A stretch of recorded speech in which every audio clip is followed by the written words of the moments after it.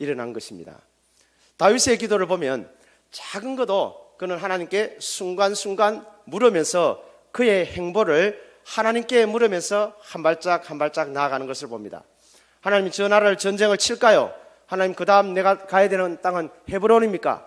계속해서 한 발짝 한 발짝 하나님께 물으면서 작은 것도 하나님의 응답을 받고 나아가는 다윗의 기도를 볼 수가 있습니다.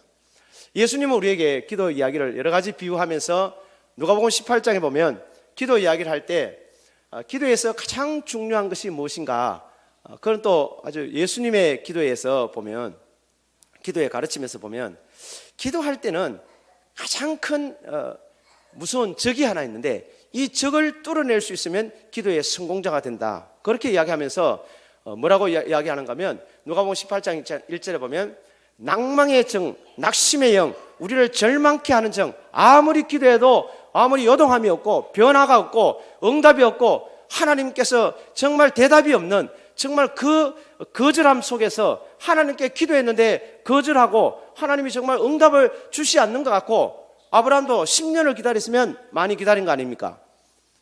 그런데 25년 뒤에 주니까 참 부담스러운 거죠. 10년 기다렸으면 아들 준다 했으면 상당히 많이 기다린 것이죠. 그렇지만 어쨌든 끊임없이 우리는 기도하면서 우리에게 다가오는 수많은 절망감과 싸워서 승리할 수만 있다면 그는 기도의 응답의 주인공이 된다. 예수님은 그렇게 가르치고 있습니다. 성경에 나오는 수많은 기도의 인물들이 나오는데 오늘 본문 느헤미야 1장에는 느헤미야의 또 기도 비밀을 우리가 찾아볼 수가 있습니다.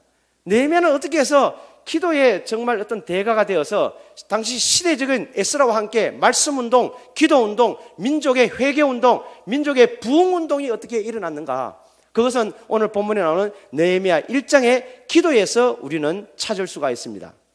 먼저 느헤미야의 그 당시 상황을 우리가 잘 알지만 한 번 더 잠깐 살펴보면, 이스라엘 백성이 처음에 아브라함, 이삭, 야곱 가정이 애굽에 갔을 때는 70명밖에 되지 않았습니다, 가족이. 그러나 그곳에서 400년이 넘도록 생활했을 때는 참 인구가 장정만 60만 명이 넘는, 정말 남녀노소 다 합치면 200만이 넘는 사람들이 가나안 땅에 들어왔습니다. 가나안 땅에서 생활하고 그들이 살면서 이렇게 1000년 가까이 지냈는데 하나님께서 우상 숭배라는 이 뿌리를 뽑기 위해서 바벨론으로 포로로 끌려가게 되었습니다. 그때 포로로 끌려갈 때 인구는 불과 한 10,000명도 되지 않았습니다. 5,000명도 되지 않았습니다. 그러나 또 하나님께서 70년 동안 그 포로 생활 속에서 한 5만 명 정도를 하나님이 다시 고향 땅 예루살렘으로 돌아오게 합니다.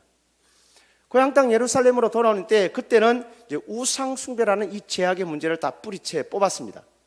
뽑았지만 다른 문제들도 또 많이 있고, 또 이게 11조 문제, 제사 드리는 문제, 하나님을 섬기는 문제, 모든 아직까지 또 지도자들이 또 이방 여자하고 결혼하는 문제, 여러 가지 어려움들이 있었습니다. 그러니까 또 하나님의 성전을 건축하는데 방해하는 일들이 있었는 것이죠. 그럴 때 하나님께서 사람들을 보내서 에스라 선지자를 통해서, 에스라 사람을 통해서, 학자를 통해서, 또 스룹바벨을 통해서, 여호수아를 통해서, 학기를 통해서, 이런 많은 지도자를 통해서 하나님이 성전이 건축되면서 또 사마리아 사람들의 방해가 왔을 때 오늘 본문에 느헤미야가 등장을 하는 것입니다. 함께 에스라와 함께 서서히 하나님의 말씀운동, 기도운동을, 민족의 부흥운동을 일으키는 것이 오늘 본문에 나오는 배경, 역사적인 배경인 것입니다. 이런 방해 속에서 성문들이 불타고 성전이 막 불타가면서 성전 건축이 중단되는 이런 시점에서 느헤미야가 바벨론 그곳에서 그가 생활할 때 이런 고국에 대한 소식을 듣게 되었습니다. 이런 소식을 들을 때 느헤미야의 반응이 어땠는가? 오늘 4절 말씀인데요, 4절 말씀 함께 읽어봅니다. 내가 이 말을 듣고 앉아서 울고 수년 동안 슬퍼하며 하늘의 하나님 앞에 금식하며 기도하여. 아멘. 이런 고국의 상황이, 이렇게 성문이 불타고 성전이 건축되는 것이 중단되고 이렇게 어려움에 처했다는 상황을 듣고 그는 먼 1200km나 되는 먼 고향, 먼 타국에서 그는 이 소식을 듣자마자 어떻게 반응합니까? 민족을 위해서 그는 이 말을 듣고 앉아서 울고 수년 동안, 수일 동안 슬퍼하며 하나님 앞에 금식하며 기도했다. 그렇게 말합니다. 여기서 이 말을 듣고 앉아서 울고 수일 동안 슬퍼했다. 이 수일이라는 단어가 오늘 본문에서는 1장에서는 1장 1절에 보면 기슬러월이라 이렇게 표현되어 있는데, 이 기슬러월은 이 달력으로 보면 9월달입니다. 9월달이고 2장에 가면 그가 이제 기도를 충분히 했을 때 왕한테 가서 왕께 상황을 말씀드리는 해가 2장 1절에 가면 니산월이다 이렇게 말합니다. 2장 1장에서는 기슬러월은 9월달, 니산월은 1월달입니다. 그러니까 한 석 달, 넉 달 동안 계속 앉아서 민족을 위해서 울고 금식하고 하나님 앞에 나아가는 이 느헤미야의 기도를 우리가 볼 수가 있습니다. 슬퍼하며 앉아서 울고 금식하는 것, 금식의 영성. 정말 이 음식을 끊고 정말 생명을 담보로 해서 모든 에너지를 공급을 다 끊어버리고 나는 하나님으로부터 주는 힘과 에너지를 공급받고 이 문제를 풀고 살아가겠습니다. 이 문제를 해결하겠습니다. 생명을 걸고 정말 먹지도 않고 수일 동안, 수달 동안 이렇게 하나님 앞에 나아가는 느헤미야의 기도를 봅니다.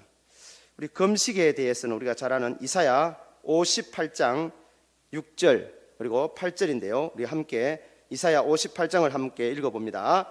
내가 기뻐하는 금식은 흉악의 결박을 풀어주며 멍에의 줄을 끊어주며 압제에 당하는 자를 자유하게 하며 모든 멍에를 꺾는 것이 아니겠느냐. 그리하면 내 빛이 새벽빛같이 비칠 것이요 내 치유가 급속할 것이며 내 공의가 내 앞에 행하고 여호와의 영광이 내 위에 보이라니. 아멘. 주님이 기뻐하는 금식을 했을 때 정말 모든 에너지를 중단하고 하나님으로부터 받는 에너지만 내가 공급을 받겠습니다. 생명을 담보로 간절하게 기도할 때 어떤 역사가 일어납니까? 흉악의 결박을 풀어주고 멍에의 줄을 끊어주며 압제당하는 자를 자유케 하며 악한 모든 영들이 우리 속에 엄습해 오는 것, 정말 이 악한 영이 끌고 다니면 그때는 정말 힘든 것입니다. 처음에 우리가 어떤 하나님이 기뻐하지 않는 그런 행동을 할 수도 있고, 한 번씩 우리의 믿음이 부족해서 하나님이 기뻐하지 않는 말을 할 수가 있습니다. 어떤 분위기에 갈 수도 있습니다. 어떤 그런 원치 않는 그룹의 그 모임 단체에 우리가 갈 수도 있습니다. 가서 또 우리가 죄를 지으면 하나님 앞에 빨리 돌아와서 회개하고 또 믿음으로 살면 그 문제가 풀어지는 것입니다. 그러나 자꾸 이렇게 그 모임에 가고 자꾸 원하지 않는 말을 자꾸 이렇게 듣다 보면 나중에는 어떤 경우가 생겨나가 하면 영이 나를 끌고 다닐 때가 있는 것입니다. 그러니까 술을 한 잔 마실 수 있는데 문제는 한 잔 마시는 게 문제가 아니라, 예를 들면 그렇게 마시고 이렇게 자꾸 하다 보면 나중에는 그 영이 나를 끌고 다닐 때는 내가 이것을 죄를 짓는 것 알면서도 죄를 짓는 거예요. 내가 이 말을 하면 안 되지. 그래서 내가 그 말을 하는 거예요. 그래서 저는 뭐 이렇게 자꾸 누구 이렇게 비판하거나 뭐 그런 말 하면 좀 내 앞에서 좀 빨리 나갔으면 좋겠다. 이야기를 안 하고 좀 가세요. 속으로 뭐 가라 소리는 못 하고. 왜냐면 자꾸 이야기하다 보면 나도 한마디 거들잖아요. 나도 이렇게 뭐 맞장구 치잖아요. 나도 모르게 그 속에 빠져가지고 나중에는 그런 영이, 비판하는 영, 험담하는 영, 수근거리는 영이 나를 끌고 다니면 내 영이 이게 힘든 거예요. 내가 하나님의 음성을 듣는데 힘든 겁니다. 내가 영이 하나님 앞에 기뻐하는 게 힘든 거예요. 그러나 감사하는 말, 기뻐하는 말, 하나님의 은혜의 말들을 할 때는 정말 막 1시간을 전화를 해도 2시간을 만나도 몇 시간을 함께 해도 내 영이 기쁠 때는 계속해서 만나고 싶은 거예요. 할렐루야. 그런 저와 여러분 되시기를 주의 이름으로 간절히 소망합니다. 그러나 악한 영이 나를 어느 순간에 혹이나 그렇지 않지만 우리의 믿음이 부족해서 만약에 우리 가정을, 우리의 공동체를 끌고 갈 때는 어떻게 해야 되느냐? 금식에 있을 때 흉하게 결박을 풀어주며 멍에의 줄을 끊어준다고 했습니다. 그리고 새벽빛같이 내 빛이 비추어지며 치유가 급속하게 일어날 것이며, 우리가 아픈 부분이, 저도 이제 어떤 문제를 놓고 한 번은 3일 금식을 작정하는데 3일째 새벽에 그 악한 영이 내 속에서 떠나가는 것을 제가 눈으로 환상을 보았습니다. 아, 이것이 금식이구나. 금식의 능력이구나. 금식의 영성이구나. 내가 가지고 있는 내로서 어찌할 수 없는 부분들, 정말 하나님의 말씀은 알지만 말씀의 능력이 내 속에 나타나지 않고 영이 끌고 갈 때는, 금식을 하고 작정했을 때는 이사야 약속의 말씀처럼 치유가 급속하게 일어나고 공의가 내 앞에 행하며 여호와의 영광이 내 뒤에 호위하리니. 할렐루야. 이런 역사가 저와 여러분에게 날마다 충만히 일어나시기를 주의 이름으로 간절히 소망합니다. 느헤미야는 이런 금식의 영성을 알은 거예요. 이 나라와 민족의 문제는 내 개인의 문제도, 내가 가지고 있는 주위의 문제도 이거는 이것보다 더 크고 심각하니까 나라의 문제를 건드리고 백성의 문제를 가지고 민족의 문제를 건드리고 할 때는 그냥 묵상기도, 적당히 이렇게 작정하는 기도 갖고는 안 되겠구나. 금식이라는 이 무기를 써야 되겠구나. 이 느헤미야는 그거를 알았습니다. 그리고 울면서 기도하는 거. 눈물의 영성.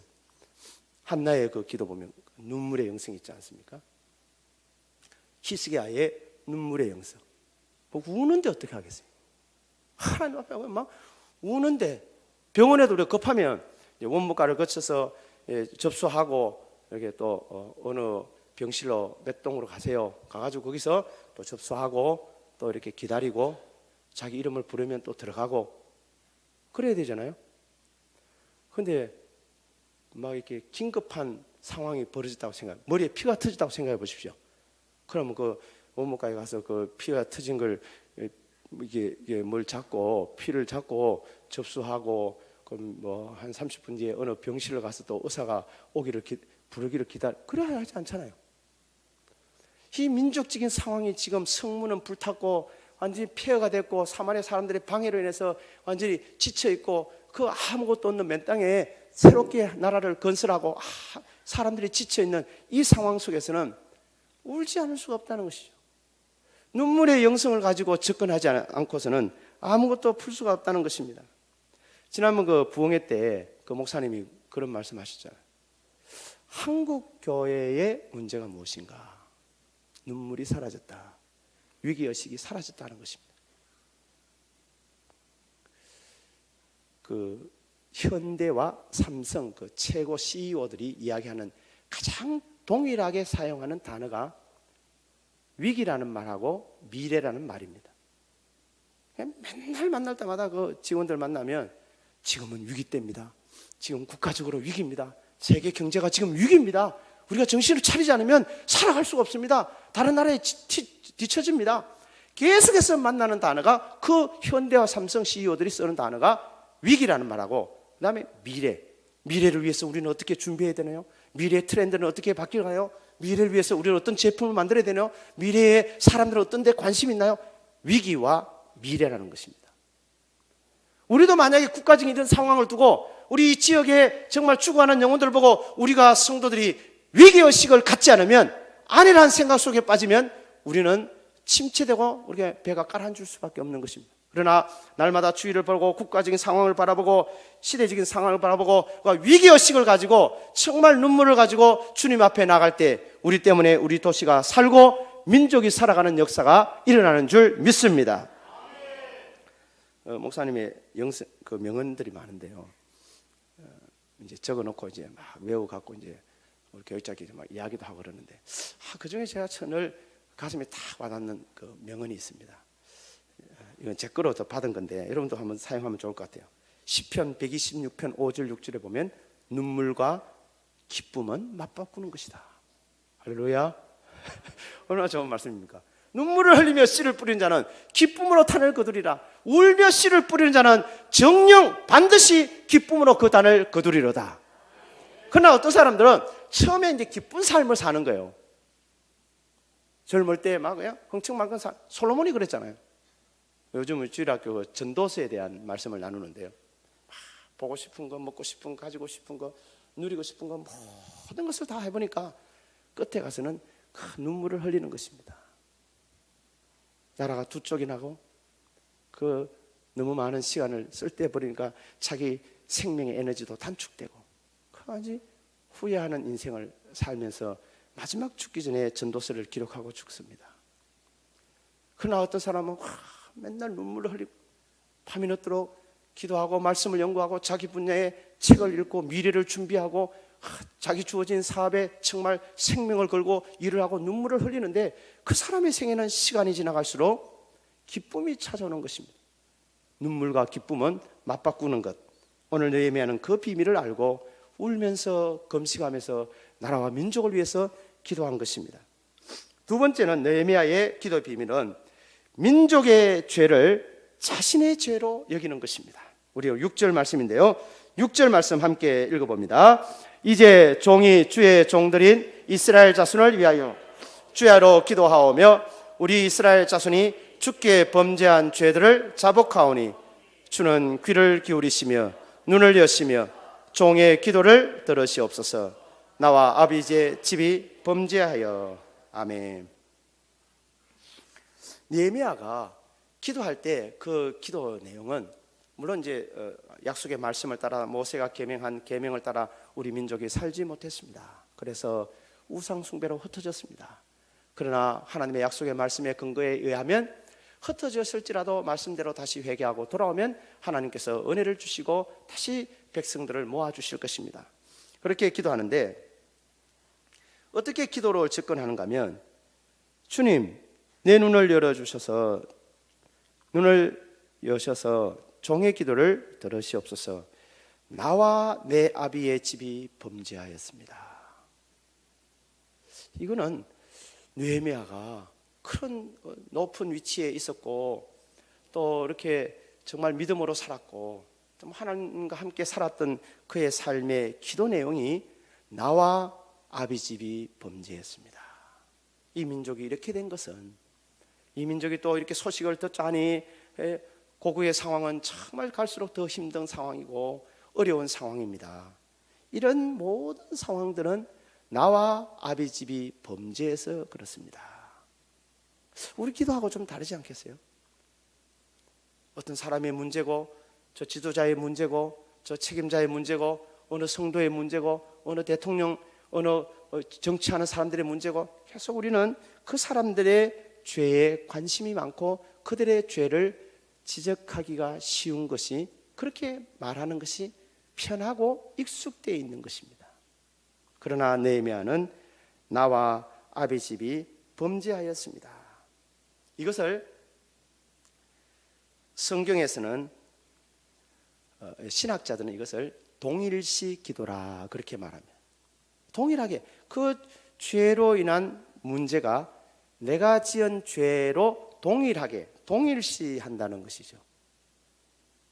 그래서 동일시 돼갖고 그 죄가 나한테 넘어오면 내가 이 죄 문제를 가지고 하나님 앞에 회개해서 하나님께 용서를 받으면 내 죄가 가지고 있는 죄가 용서를 받고 받으면 이 공동체의 나라와 민족의 죄도 용서를 받지 않겠는가. 느헤미야는 그렇게 생각했다는 것이죠. 제가 어느 치유 집회를 가봤거든요. 이분이 막 집회를 하면 막 수십 명, 수백 명이 막 치유의 역사가 일어나는 거예요. 그래서 어떻게 그 메시지를 전하는가? 저분의 치유 메시지를 전하는 그 핵심은 무엇인가? 제가 그 앞에 앉아가지고 열심히 잘 들어봤어요. 그런데 이분이 이렇게 하더라고요. 여러분, 두 사람씩 짝을 지으세요. 그러는 거예요. 두 사람을 짝을 지었어요. 그래가지고 여러분 한 사람이 먼저 자기의 몸에 아픈 부분을 어떻게 어디가 아프든지 위가 아프든지 이게 머리가 아프든지 아픈 부분을 옆에 사람한테 이야기를 하십시오. 그렇게 하는 거예요. 그리고 돌아가면서 또 한 사람 이야기하고 또 다른 사람이 이야기하십시오. 그렇게 하고 나서 이 강사가 여러분 질병을 서로 이야기를 다 나누었습니까? 그러면 상대방의 아픈 것이 정말 내 아픔으로 다가올 때까지 주님 저 아픈 부분이 내 아픔입니다 라는 국률한 마음, 안타까운 마음, 애통하는 마음, 사랑하는 마음을 달라고 기도하십시오. 그렇게 이 강사가 이제 진행을 하는 거예요. 그래서 상대방이 아픈 이야기를 하고 이게 그 아픔이 나한테 다가왔고 내가 아픈 것처럼 참 안타깝게 여기는 거예요. 그래 그 사랑을 가지고 우리가 이 시간 예수의 이름으로 그 아픈 부분을 선포하십시다. 같이 기도하고 선포하는 시간을 갖습니다. 그러면 예수 그리스도의 이름으로 이 더러운 질병을 떠나갈지어다 막 외치면서 기도하는 거예요. 막 수많은 사람이 뭐 어떤 부분이 나왔다, 막 이게 머리가 나왔다, 배가 아픈 부분이 나왔다, 막 그런 느낌들이 오는 것들을 막 간증을 하는 걸 들어봤습니다. 동일시 이렇게 여긴다는 거죠. 동일시. 예수님도 그 치유하는 거 보면 계속 그런 거예요. 저 병자를 보고 민망히 여기사, 저 환자를 보고 불쌍히 여기사. 어떤 때는 죽은 나사로 앞에 가서는 막 예수님 막 우시는 거예요. 막 보면서 그 아픔이, 그 가정의 아픔이 내 아픔인 것처럼 막 눈물이 막 나가지고 막 펑펑 우시는 거예요. 그러고 나서 나사로야 나오너라, 주님 내 기도를 들으심을 감사합니다, 죽은 나사로야 나오너라 하니까 나오는 겁니다. 그러니까 동일시 여기는 것, 이 민족에 지금 휘청거리는 이런 어려움들, 경제가 휘청거리는 이런 어려움들, 청년들이 지금 휘청거리는 이런 상황들, 이 문제를 내 문제로 여기면서 주님 정말 이 나라를 불쌍히 여기는 마음을 나에게 주십시오. 그 문제가 나의 속에로 확 다가왔을 때 그 다가온 것을 가지고 주님 앞에 선포하고 기도할 때 이 문제가 치유되고 회복되어지는 은혜가 저와 여러분에게 임할 줄 믿습니다. 그 근거는 주님은 십자가상에서 여러 가지 말씀을 하셨는데 그 중에 마지막 말씀 중에 하나가 다 이루었다. 그 말은 당신이 가지고 있는 고민과 아픔, 당신이 가지고 있는 전제 심각하게 울고 있는 그 내용, 무엇이 당신을 울게 만듭니까? 그 모든 문제를 주님은 십자가에서 다 이루었다. 원어적으로 살펴보면 값을 다 지불했다는 거예요. 값을 다 지불했으니 내가 가지고 있는, 여기에 있는 모든 삶의, 내 삶의 죄가 여기 다 들어있는 거예요. 이 죄 때문에 뭐 다 죄 때문에 그런 건 아니지만 죄 때문에 지금 고통받고 힘들어하고 어려움에 빠졌습니다. 근데 어느 날 기도하는 가운데 주님이 다 이뤘다니까 이걸 주님께 다 넘긴 거예요. 그럼 내가 가지고 있는 것은 아무것도 없는 것입니다. 죄도 없고 고민할 이유도 없고 아픔도 없는 것입니다. 주님이 다 담당하셨으니, 그러니 나는 자유함을 가질 수 있고 그분이 모든 값을 지불했으니 그분의 인격을 믿고 주님이 말씀하신 그분의 약속을 믿기 때문에 내가 가지고 있는 건 이제 없는, 이 고통 때문에, 이 아픔 때문에 고민하던 것이 내가 주님께 맡기고 넘기는 순간 나한테는 아무것도 없는 거예요. 그럴 때 나 속에 자유함이 있고 기쁨이 있고 내 속에 은혜가 있는 줄 믿습니다. 그때 치유의 역사가 일어나는 줄 믿습니다. 이 나라의 문제를 풀어내는 줄 믿습니다. 나와 아비 집이 범죄하였습니다. 나를 용서해 주십시오. 나와 아비 집의 죄를 용서해 주십시오. 이 느헤미야의 간절한 기도 때문에 그는 이제 에스라와 함께 말씀 운동하면서 기도 운동을 하면서 민족의 대부흥이 시작되는 것입니다.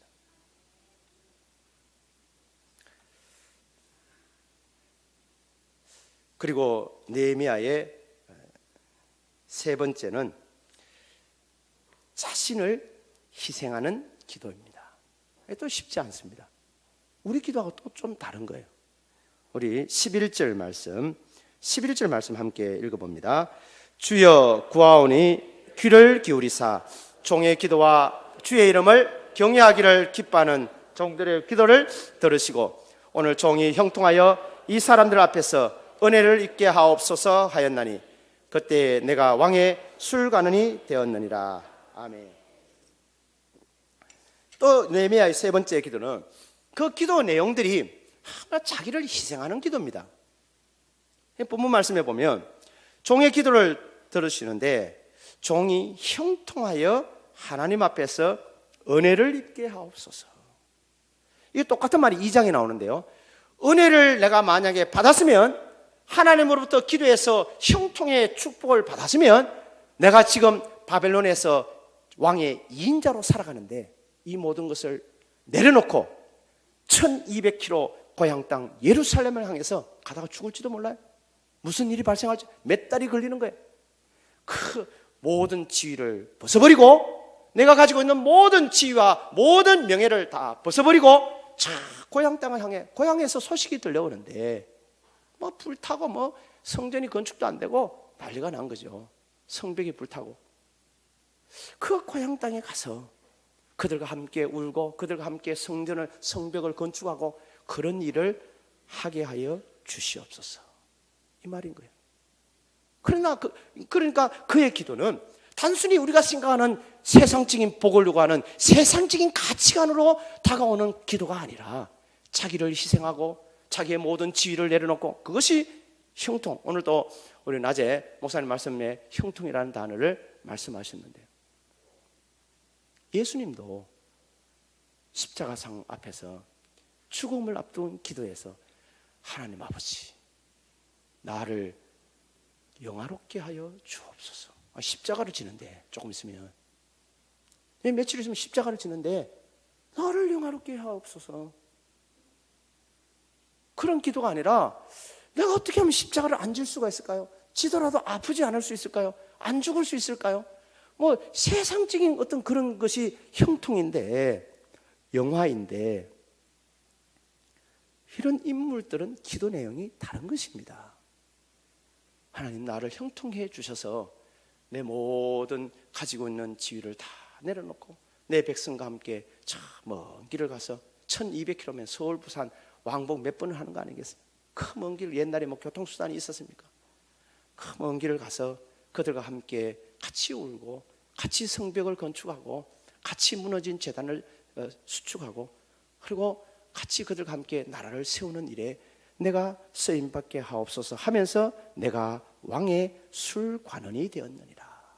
술 따라주는 관원은 왕의 제2인자입니다. 그런 고대의 그런 이야기들에 보면 왕의 그 다음 사람이라는 거예요. 주님은 항상 우리에게 두 가지 길을 말씀하고 있습니다. 하나는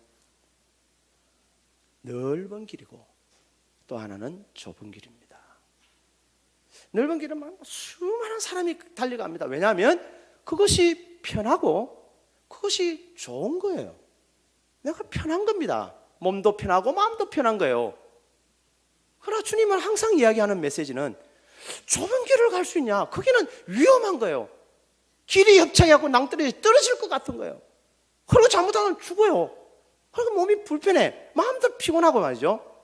그러나 그 좁은 길을 갈 수 있다면 그 길을 선택해서 한 발짝 한 발짝 가다 보면 세상에 그 길이 생명길이네요. 할렐루야. 수많은 사람이 달려가는 넓은 길을, 편한 길, 좋은 길은 그것이 좋은 것 같지만 한 발짝 한 발짝 가다 보면 죽음의 길입니다. 우리는 예수님이 말씀하시는 형통, 느헤미야가 말하는 형통, 은혜, 이런 말들이 무엇인지 정말 좁은 길을 걸어가면서 주님이 원하는 그 길을 걸어갈 때 내가 살고 우리 가정이 살고 우리 교회와 이 민족이 살 길인 줄 믿음으로 우리가 받아들이기를 주의 이름으로 간절히 소망합니다. 이런 내용들을 쭉 보면 느헤미야는 우리의 기도하고는 좀 다르게, 저는 개인적으로 보면 한마디로 어떤 십자가 정신이 있지 않나 그런 생각이 듭니다. 나라와 민족을 위해서 기도하고 울고 기도하고 그 민족의 문제를 나의 문제로 인식하고 또 자기를 어찌든지 희생하려고 하고, 이것이 예수님이 말씀하시는 십자가 정신이 아니지 않겠나. 수요일 예배 때도 제가 십자가 정신의 유다 이야기를 했습니다만은 조금 더 보충해서 설명하면, 형들이 막 요셉을 보자 죽이자고 막 형들이 할 때 르우벤하고 유다는 야, 죽이지는 말자. 르우벤하고 유다가 나타나가지고 죽이지는 말자. 그래가지고 나중에 흉년이 들어서 곡식을 사러 갔다가 르우벤이 볼모로 잡혀가지고 이제 곡식을 사가지고 아버지 야곱한테 갑니다. 그러니까 아버지가 가가지고 아버지 저 곡식을 사러 갔더니 애굽의 총리가 베냐민을 데려오라고 합니다. 이야, 요셉 이런 줄 알았지요. 가장 사랑하는 요셉 이런 줄 알았죠. 르우벤 지금 볼모로 잡혀있죠. 마지막 남은 보류, 내 말년에 죽음을 앞두고 마지막 그 성경에 보면 베냐민하고 나의 생명은 하나라, 떨어지면 죽는다. 나는 죽는다. 이 베냐민을 데려오라니요. 안 됩니다. 못 보낸다. 보내주세요. 그때 또 유다가 또 딱 등장합니다. 만약에 내가 모든 죄값을, 이 문제의 사고가 터지면 이 모든 죄값을 내가 다 담당하겠습니다. 내가 죄를 짓고 그 죄값을 내가 다 담당하겠습니다. 사정해가지고 그래, 자식을 잃으면 이르리라 보냅니다. 보내는데 요셉이 베냐민을 보고 얼마나 또 울었습니까? 또 요셉을 또 잡아두고 싶은 거죠. 요셉을 잡아두기 위해서 은잔 사건을, 은잔을 또 곡식자루에 집어넣어가지고 은잔이 걸린 사람을 볼모로 잡겠다. 이야, 베냐민 자루에 또 살짝 집어넣습니다. 그래, 은잔이 베냐민 자루에서 나타났으니 베냐민이 이제 볼모로 잡혀야 되는 그런 위기에 빠졌습니다. 그렇게 큰 소리 치고 자기가 모든 죄값을 담당하고 아버지가 베냐민이 안 가면 죽을 것 같은데 베냐민을 또 볼모로 잡으라 하니 베냐민은 안 됩니다. 만약에 베냐민을 여기서 볼모로 잡으면 우리 아버지가 야곱이 죽습니다. 베냐민의 생명과 우리 아버지의 생명은 하나인데 떨어지면 죽습니다. 그러니 나를 담보로, 여기에 베냐민 대신에 나를 담보로 나를 감옥에 집어넣어 주세요. 십자가 정신입니다. 그래서 유다를 통해서 예수님이 오신 것입니다. 이 나라 민족적인 상황에 우리는 십자가 정신, 느헤미야와 같이 이런 자기를 희생하는 정신, 나와 민족이 범죄했다는 이 십자가 정신을 가지고 우리는 나아갈 때 나라 문제, 이 지역의 문제, 또 우리가 가지고 있는 공동체의 문제를 풀어낼 뿐만 아니라 시대적인 인물로, 하나님이 쓰시는 인물로 저와 여러분을 사용할 줄 믿습니다. 이 한 주간에도 살아가면서 우리가 일어나는 작은, 크고 작은 공동체 가운데 모든 문제가 내 문제로 인식하며 내가 그것을 안고 기도하고, 또 연말에 우리 할 일이 얼마나 많습니까? 새해를 맞이하면서 정말 우리의 부족함을 돌아보고 그 모든 문제는 내 문제예요. 내가 부족해서 이렇게 됐다고. 좀 더 새해에는 새로운 계획을 짜면서 정말 십자가 정신을 가지고 달려갈 때 새로운 하나님의 부흥과 은혜가 새로운 해에 충만하게 일어나시기를 주의 이름으로 간절히 소망합니다. 주신 말씀을 생각하면서 우리 주님 세 번 부르고 우리도 너희와 같이 십자가의 정신을 가지고 나와 아비